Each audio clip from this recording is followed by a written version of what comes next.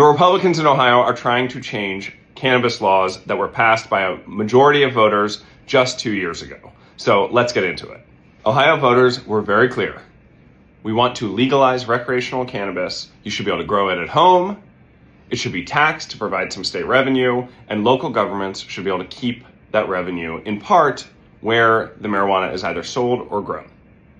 Simple as that. It passed with an overwhelming majority. I'm here with Bride Rose Sweeney, the ranking member on the Finance Committee in the Ohio House, so the lead Democrat on some of these issues.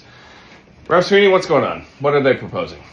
The lawmakers are attempting to immediately reverse some very important provisions of what was voted on and passed. And what they are saying is that voters actually didn't know what they were voting on. They just wanted full legalization, but they didn't really care about how much was being taxed, where the money was going to, how many plants you could have in your house, how much THC limit you could have.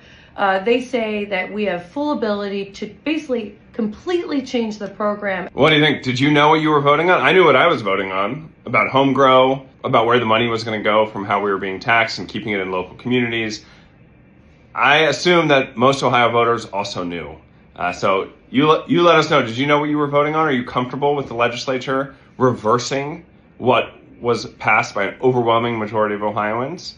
And let's talk about the impact of some of these changes. Already, it is almost double the amount of expense to purchase marijuana compared to Michigan right next door. What is being proposed is actually doubling the tax, meaning it's going to be even more expensive. So actually taking away something that Ohioans are already used to and purchasing and has been working well.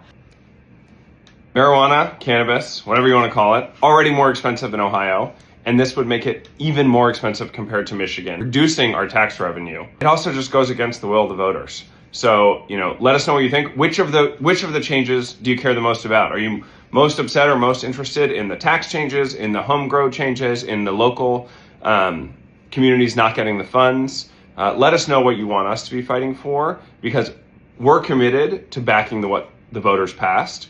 So let us know.